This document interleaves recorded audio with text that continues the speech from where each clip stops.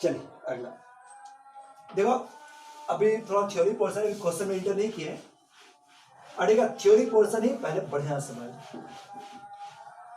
इसके बाद आप मैपिंग,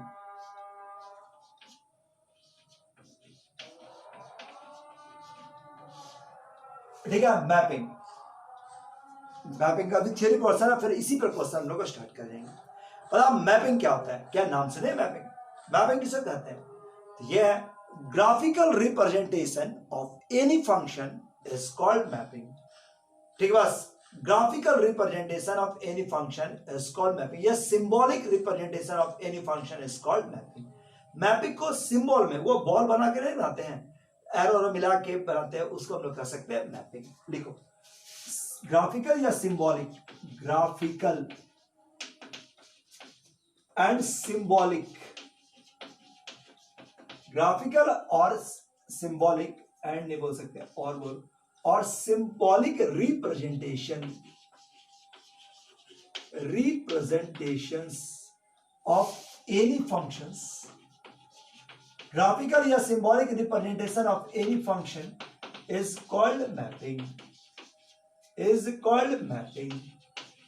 ग्राफिकल और symbolic representation of any function is called mapping, यही मैपिंग है, ठीक है। इज कॉल्ड मैपिंग, ग्राफिकल और symbolic representation of any function is called mapping. जैसे मान लो फंक्शन है, कोई भी फंक्शन कुछ भी लिखा जा सकता है, 2x + 1, हम ऐसा ही बना रहे हैं, क्या समझा रहे हैं, ऐसा करके नहीं बनाते हैं।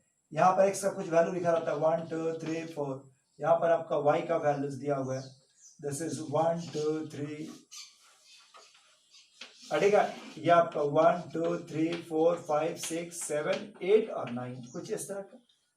अब इसको करेक्ट करना है तो क्या होगा, इस लेसन से देखते थे हम लोग कि 1 का लेसन 3, 2 का 5, 3 का 7 और 4 का 9। तो ये जो रिप्रेजेंटेशन होता है इसी को हम लोग कह सकते हैं मैपिंग, यही है मैपिंग। ग्राफिक हम इसी का बात कर रहे हैं, मैपिंग। क्या बढ़ेगा, graphical representation of any function is called mapping. अब हम लोग का फर्स्ट चैप्टर इसी पर बेस्ट है। देखो फंक्शन में 3 तरह की चीज आपको 12 में पढ़ना है, फंक्शन 11 में भी था, 12 में भी, हायर क्लास में भी है। अभी आपको 3 तरह की चीज पढ़ना है। पहला टाइप्स ऑफ फंक्शन, पहला types of function, types of functions. दूसरा आपका कंपोजिट फंक्शन, फॉग ऑफ इस तरह का, और तीसरा आपका इनवर्स ऑफ फंक्शन। यही 3 टर्म आपको सीखना है 12th में, ठीक। बस तो हम पहला टाइप को शुरुआत करने के लिए कुछ हमको मैपिंग का कुछ टर्म्स का जरूरत पड़ेगा। तो हम हेडिंग बना रहे हैं some terms related to mapping, ये ठीक है। Some terms related to mapping, some terms related to mapping.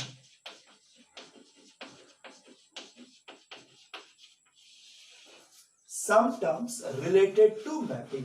तो हम एक डाटा ऐसे ही दिखा देते हैं, फिगर बना देते हैं। देखो ये आपका 2 सेट दिखा है, कैपिटल ए कैपिटल बी, ये ए बी सी दिखाते हैं, और यहाँ पर ये आपका 1 2 3 4 5 6 ऐसा करके कुछ, ये ठीक है। ये इस तरह का हम सिंबल बनाए हुए हैं, हमको लिखाने में सुविधा हो। अगली बात तो देखिए, ये आपका मैपिंग, मैपिंग से रिलेटेड कुछ टर्म्स। पहला ये जो आप 2 सेट देखते हैं, सेट ए और बी, ठीक। बस ऐसे लिखने तरीका, फंक्शन ए टू बी। यहां पर देखो 2 सेट के बीच में रिलेशन दिखाया गया।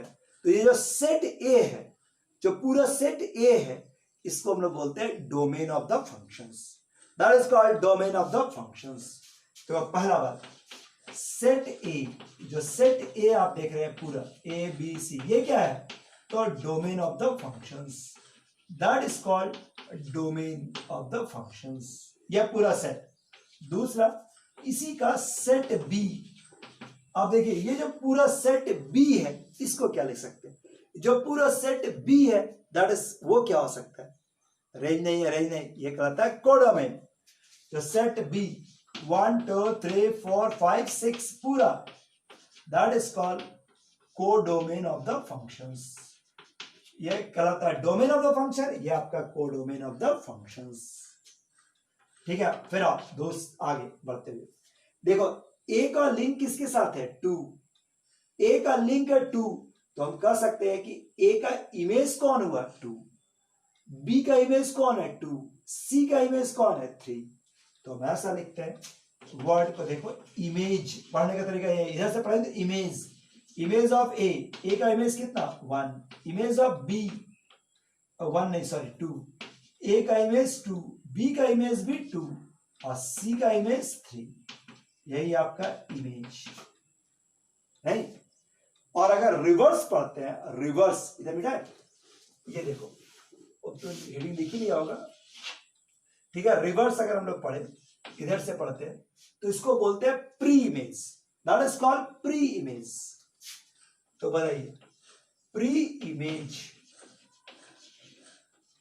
इमेज ऑफ 2, बताओ 2 का प्री इमेज कौन होगा, उल्टा पड़ा है, 2 का 2 से लिंक है ए और बी, तो 2 का प्री इमेज हो गया आपका 1 ए और बी, 2 का प्री इमेज है 1 2, 2 का प्री इमेज है 1 2, ठीक। बस अब 3 का प्री इमेज ऑफ 3, बताओ 3 का एक ही प्री इमेज है वो है सी, 3 का एक ही प्री इमेज है वो है सी।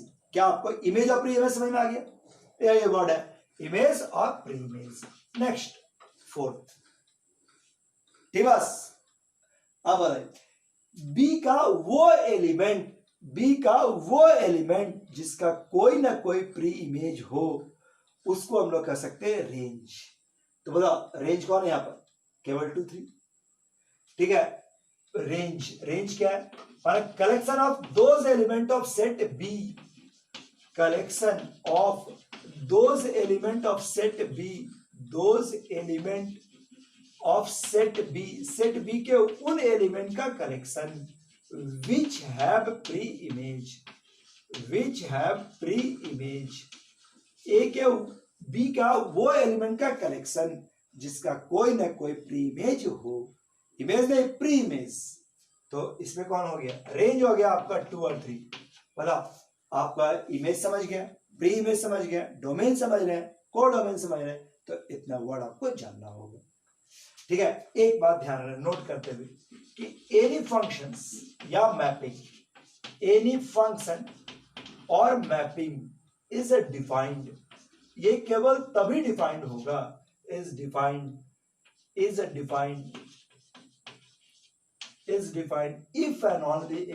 if and only if, केवल तभी।